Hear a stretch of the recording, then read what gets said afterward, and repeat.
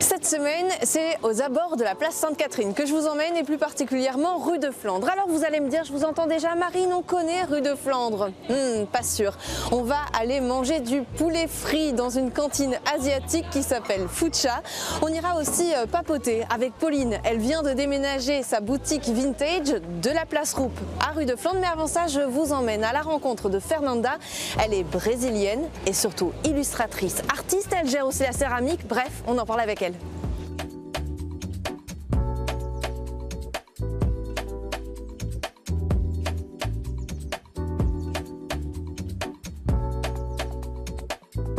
La couleur, c'était une chose très importante pour moi.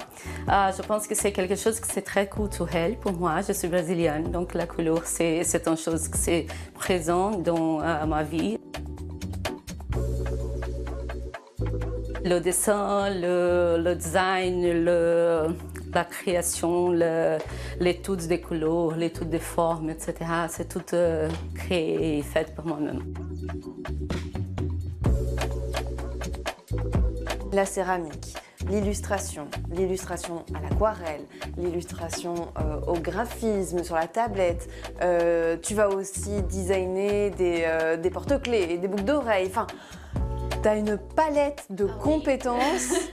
C'est énorme. C'est comme faire toujours une chose nouvelle. Pour moi, c'est très important de faire ça. C'est important pour ma créativité. Parce que quand je commence à quelques techniques et je commence à faire oh mon Dieu, qu'est-ce que je vais faire? Je change et quand je change, la créativité, ça recommence. Tu as la chance d'avoir dans ton arrière-boutique un atelier. Ça, j'imagine qu'en tant qu'artiste, c'est précieux. Oui, exactement. C'est bien parce que c'est très pratique pour moi. Je peux venir ici avec les clients pour montrer la technique.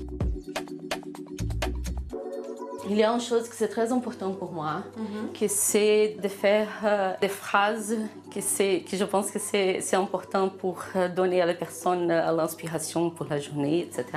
Donc je commence à faire de nouveaux produits comme ça. Par exemple, cette pièce, que ça sera pour une petite fleur, avec les phrases comme Be kind. Mais bon, il y a juste un ici, mais il y a des autres pièces avec les autres phrases. Ça sera pour la nouvelle collection.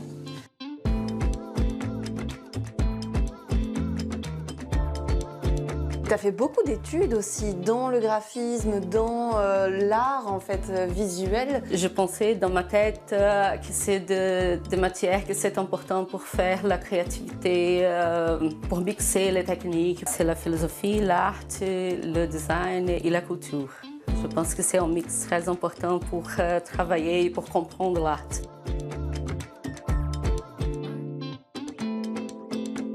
Cette image-là me marque beaucoup en lien avec l'endométriose.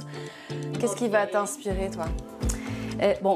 L'univers féminin, c'est très important pour moi. Ces dessins, je pense que c'est l'un des plus importants pour moi quand quelqu'un a vu mon dessin.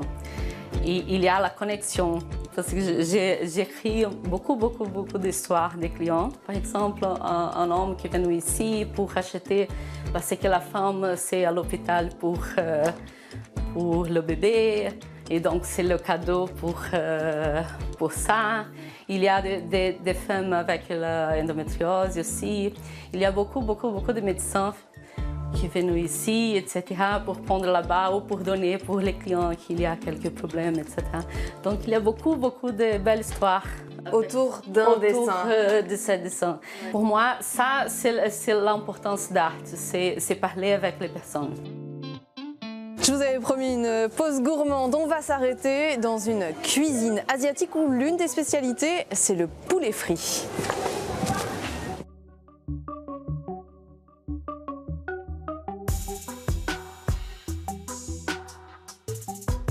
Chez food chain, on a plusieurs plats, notamment le poulet frit, le tofu frit, les wontons et les gyoza. Tout est fait maison. Et comme tu peux le voir, il y a beaucoup de poulet chez nous. Poulet frit qu'on retrouve dans plein de pays différents, notamment à Taïwan, en Chine, en Corée, au Japon. Nous, on le fait à la façon taïwanaise. C'est une façon de redécouvrir le poulet frit autrement que la version américaine peut-être. Oui, effectivement, parce que nous on connaissait les KFC, etc., les poulets frits avec la panure qui est totalément différente de l'asiatique. Comme quoi? Fécule de pommes de terre ou alors farine de tapioca, donc voilà, pour les gluten free, c'est top. Et c'est beaucoup plus croustillant comme ça. Tout ce qui est gyoza, oui. En fait gyoza c'est des dumplings qui sont poêlés, on les fait également maison, et également les wontons. Les wontons sont des dumplings pochés, du coup ça c'est cuit dans l'eau et nous on le fait en sauce. Normalement, enfin dans les autres établissements on le fait souvent en frit ou en soupe, nous on a décidé de le faire en sauce. Mes parents ont un restaurant à Tournai, ça s'appelle le restaurant Annam. On l'a ouvert en 1989, donc 2 ans avant ma naissance. Donc j'ai vraiment baigné et grandi dans un restaurant. Ils m'ont toujours poussé et freiné à l'ouverture d'un restaurant. Donc ils m'ont toujours dit ne fais jamais ça, c'est beaucoup de travail, c'est pas de vie sociale. Mais bon, comme tout enfant, on n'écoute jamais les parents. On est 2 associés et de base, le but en fait du projet c'était de partager quelque chose de culturel.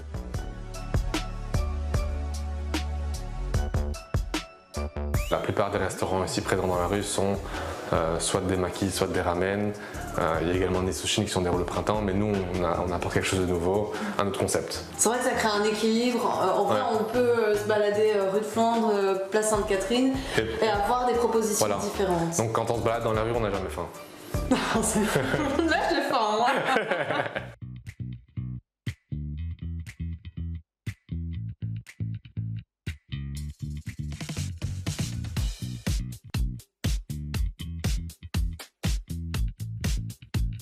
Moi j'aime bien les pièces un peu quand même extraordinaires, colorées, et les beaux tissus, et les belles coutures, le travail manuel. Enfin je reconnais quand l'artisan s'est vraiment donné du mal pour fabriquer quelque chose. Vous savez reconnaître en un coup d'œil si c'est du vintage ou non, parce qu'on n'est pas sur de la seconde main, on est sur du vintage. Oui, je sais le reconnaître parce que j'ai été attirée depuis petite fille par ce genre de choses et je m'habillais déjà comme ça quand j'avais pas 20 ans.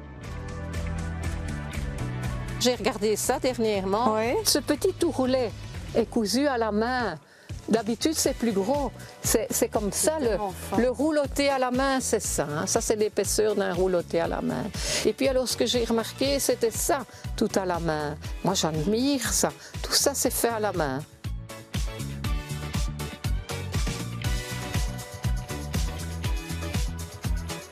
Je prends cette veste-là, par exemple. Qu'est-ce qui va vous faire dire à vous, œil de connaisseuse, ça, c'est vintage, ça, c'est des années combien?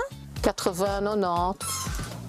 Mais parce que, vu mon âge, je connais quand même le design de ces époques-là. Puis le tissu est très beau. Vous n'en trouvez plus maintenant. Vous pouvez aller à la maison d'Oreo au tissu du chien vert. Ce tissu n'existe plus. Puis je vois Guy Laroche, c'est haute couture française, Paris. Bon, c'est pas rien, quoi. C'est une bonne maison. Et vous l'avez trouvée où, celle-là, par exemple? Mais je l'ai trouvée chez moi, à la maison. Hein, parce que, bon, moi, il y a quand même, malgré que c'était pas mon métier, j'allais toujours chercher après ces vêtements. Je les portais déjà. Et mes collègues au travail disaient, écoute, non, tu as nouveau mis le manteau de ta grand-mère ou tu as le sac de ta grand-mère. Écoute, et on ne sort pas avec toi. Alors je disais, bon, ben il y a 2 trottoirs, quoi. Tu changes au trottoir si tu veux pas.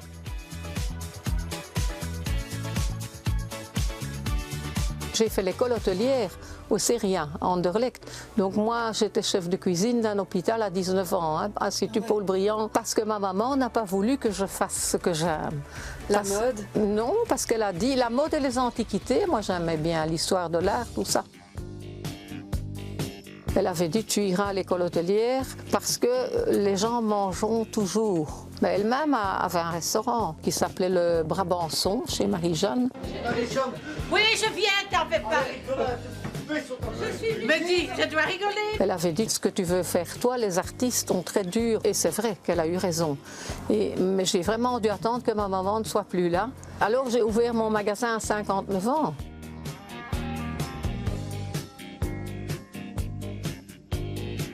Ce sont toutes des pièces qui, pendant des décennies, ont été accumulées chez vous. En fait, vous n'allez même plus chercher de nouvelles pièces aujourd'hui. Je vais aujourd'hui. encore chercher parce que c'est une maladie. Hein. Parce que souvent, on me dit, mais au lieu de chercher, tu ne regarderais pas chez toi.